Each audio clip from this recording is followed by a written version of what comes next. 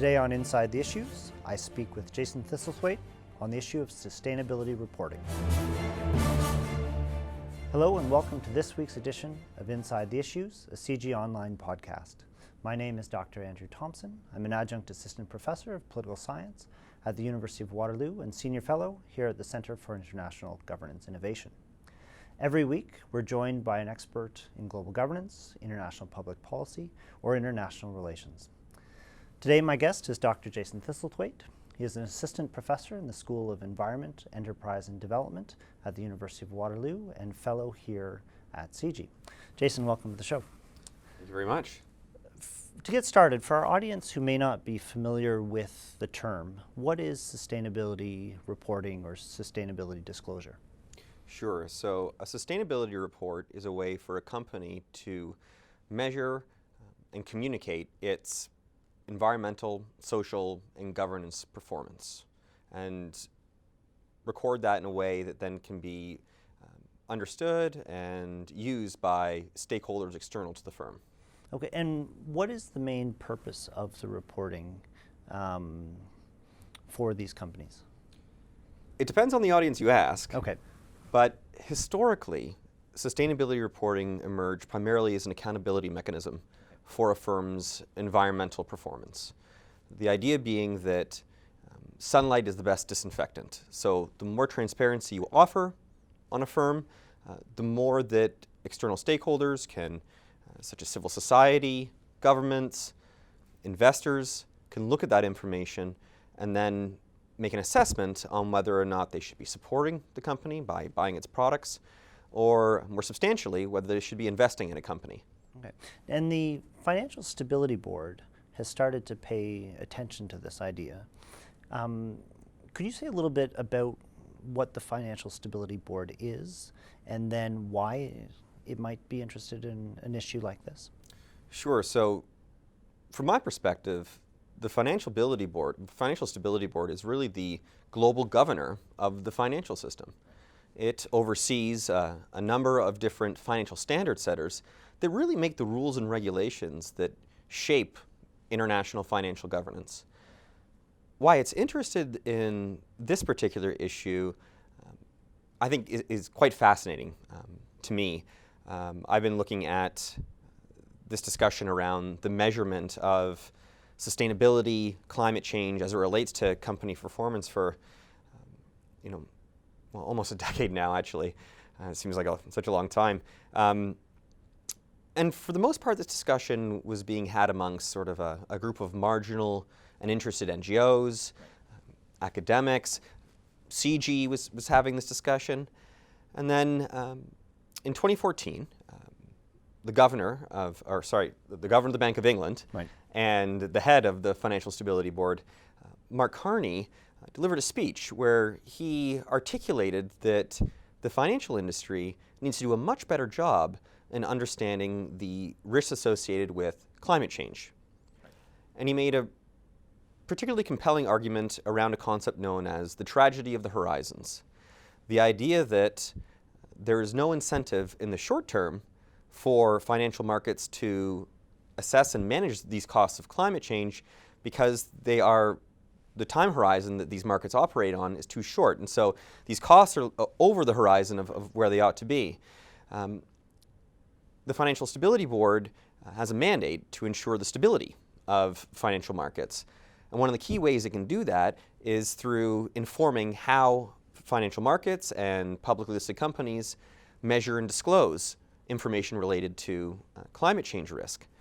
So the task force is the first step in the Financial Stability Board developing a set of advice standards. We don't even know what the output is likely to be, but hopefully it's a standardized and common approach to the measurement and disclosure of these climate change risks that investors need more information on.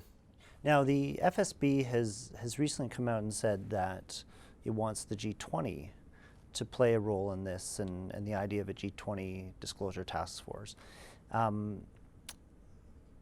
What role can the G20 play in reporting on sustainability, and has it showed any enthusiasm for taking this on? I'm sure if I was someone working on the high macroeconomic issues that the G20 focuses on, someone coming up to me and saying, maybe you should be paying attention to this climate change risk issue, it would come as somewhat a surprise. So the FSB here is operating in a way that I'd say is quite refreshing, progressive, but also prudently, in the sense that it's recognized that the same types of risks that led to the global financial crisis in 2007, 2008, fundamentally related to a mispricing of risk in the housing, mortgage, and credit markets, could occur again as a consequence of us not accurately measuring the exposure of the economy to climate change risk. Okay. If it's framed in that way to the G20, I think there's going to be some level of receptivity. Compared to the way that the FSB, before the G20 existed, I mean, this is an interesting discussion actually, because I actually think that it's be more beneficial that the G20 has a role in this than some countries like the G8. And that's because a lot of the countries that are more significant emerging economies that are involved in G20 actually have a much more rigorous approach to sustainability reporting than developed counterparts. Okay. Right. So you may actually be drawing upon some of the expertise from these countries who have practiced this and implemented these strategies in the past. So I think as an issue to the broad base of the G20, particularly let's call it the G8 component of it, right. This issue may be a little bit more of an unconventional topic to be discussing. But to some of the emerging economies that are involved in the G20, this might be an area of more comfort for them and an area that they may be more willing to lend a voice to. So that could be something that's positive. Okay. And perhaps just building on this, I mean, one of, I think, the challenges that we encounter in all areas of global governance is a lack of enforcement capacity.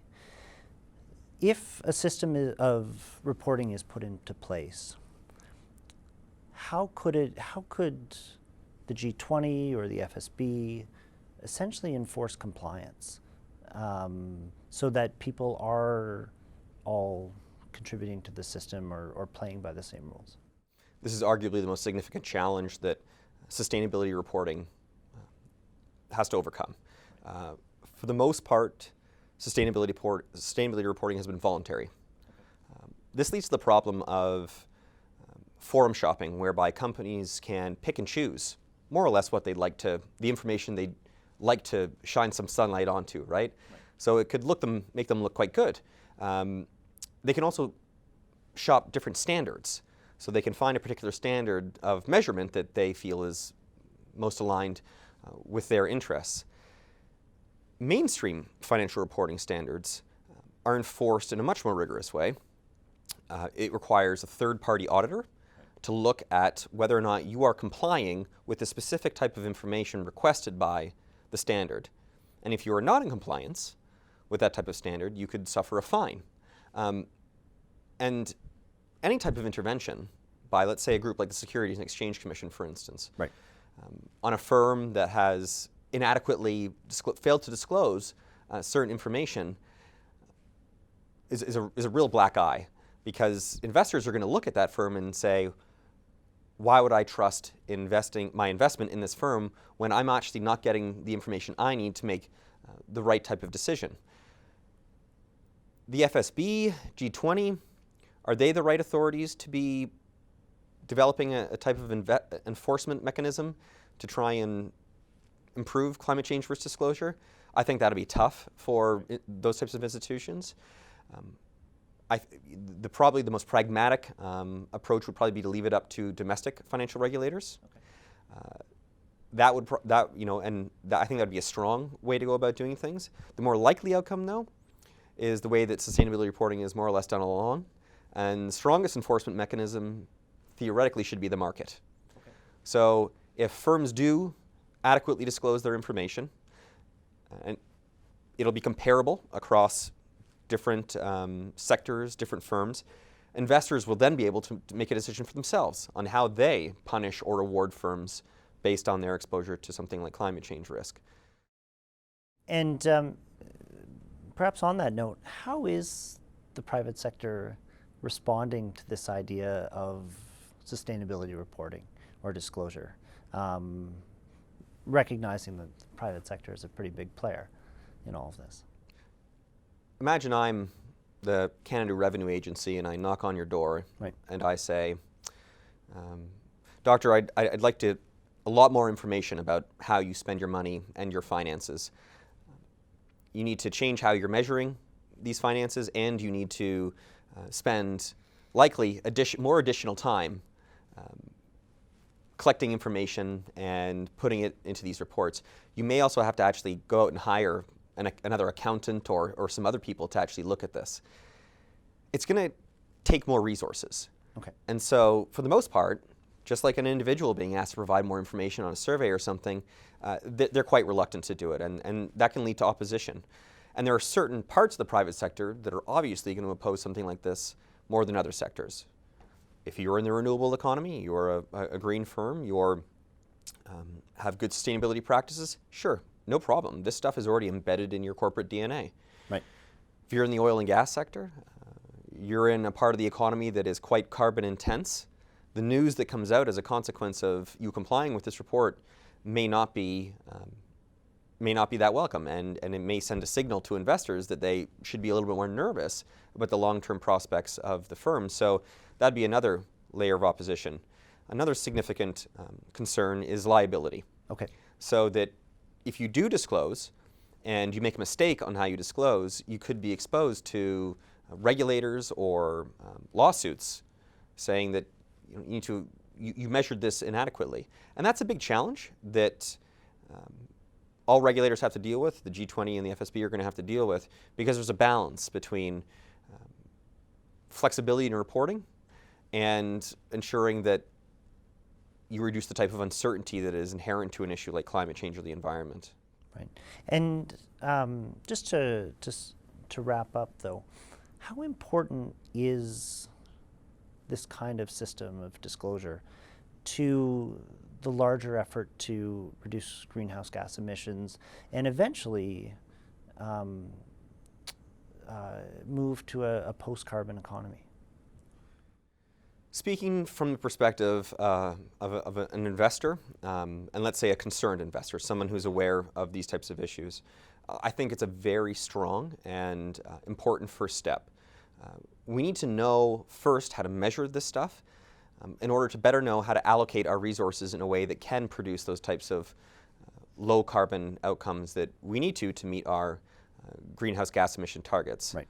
The big risk is this idea around stranded assets, and that without this information, you could see a situation where governments come in, they start regulating the price of greenhouse gas emissions, for instance, and so the costs of operating in a greenhouse gas intensive sector, such as the oil and gas industry, increase significantly to the point where their liabilities related to these costs exceed the potential return on that investment. You could see investors, as they are wont to do, act like a herd and pull their money out of these parts of the economy, leaving these assets stranded and creating a significant liability for the countries and companies that hold them.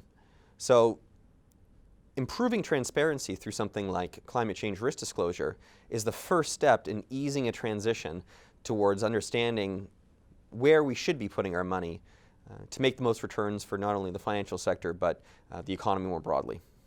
And are you hopeful we'll figure this out?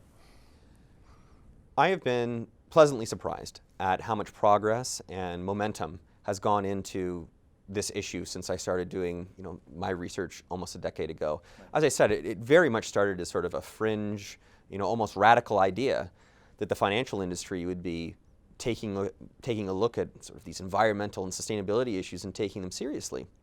But now we have the governor of the Bank of England, the head of the global governor of the financial sector, putting together a task force to try and address this type of issue. So I'm more optimistic than I ever have been as a consequence of the priority around it. That being said, the challenge for the FSB and these groups is going to be tremendous. There's over 400 existing different standards and ways that you can measure something like climate change risk in the financial sector. And they're going to be the ones that have to sit down and figure out what would be the one common approach to do this. Right. Jason, thank you so much. This has been absolutely fascinating.